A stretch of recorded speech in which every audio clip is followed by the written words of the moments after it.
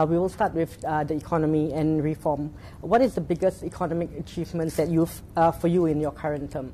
All-encompassing way that we are moving in a very positive terms to become a high-income, fully developed nation. And I think you see many signs of that in Malaysia, and the numbers, in physically as well. I think Malaysia is indeed well positioned as a hub, as a center for the whole region. So just launched your election manifesto, and you mentioned wanting to reduce the fiscal deficit and the debt to GDP ratio to boost Malaysia's credit rating. So do you have specific targets? Realistically, I don't think we can achieve a balanced budget, but near enough by 2020. I think the international rating agencies, they are happy if they see the trajectory is moving in the right direction. And I think by maybe 2022 or 2023, that's probably a more realistic target for us to achieve balanced budget.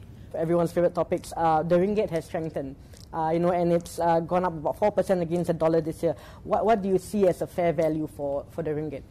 Much higher than that. I think the markets think it's about 360, 370 is a fair value. But we don't believe in trying to force the issue.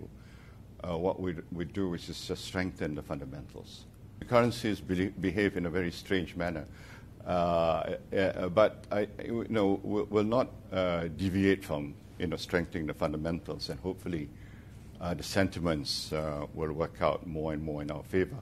And certainly, I think most analysts think, I'm just quoting what they say, that if there's a strong election result in favor of Barisan Nasional, it will also impact the ringgit positively.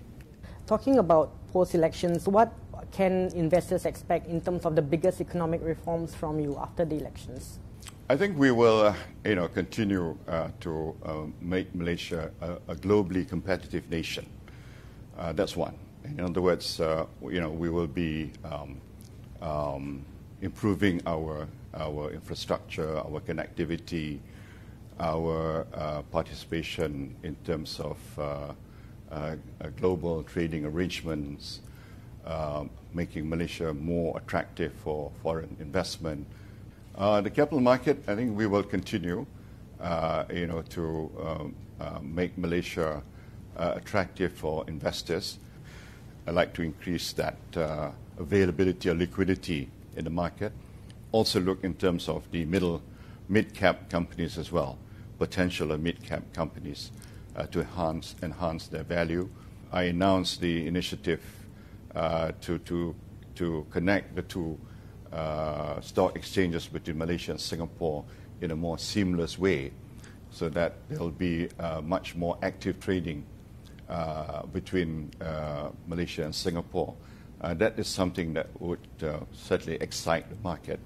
The opposition has promised to scrap the GST. Would you consider changing the tax regime, and how? I think we are moving in the right direction, and I think the emphasis on consumption-based tax, which is a more progressive form of tax, will certainly yield more income for the government. And with a higher income, we will progressively reduce personal income tax as well as corporate tax. I'd like to do more of that, to reduce personal income tax and reduce corporate tax, but in a progressive way. Is there a timeline for that that we may see more tax cuts for businesses and consumers? I don't have any specific timeline, but I can commit that the next 5 years.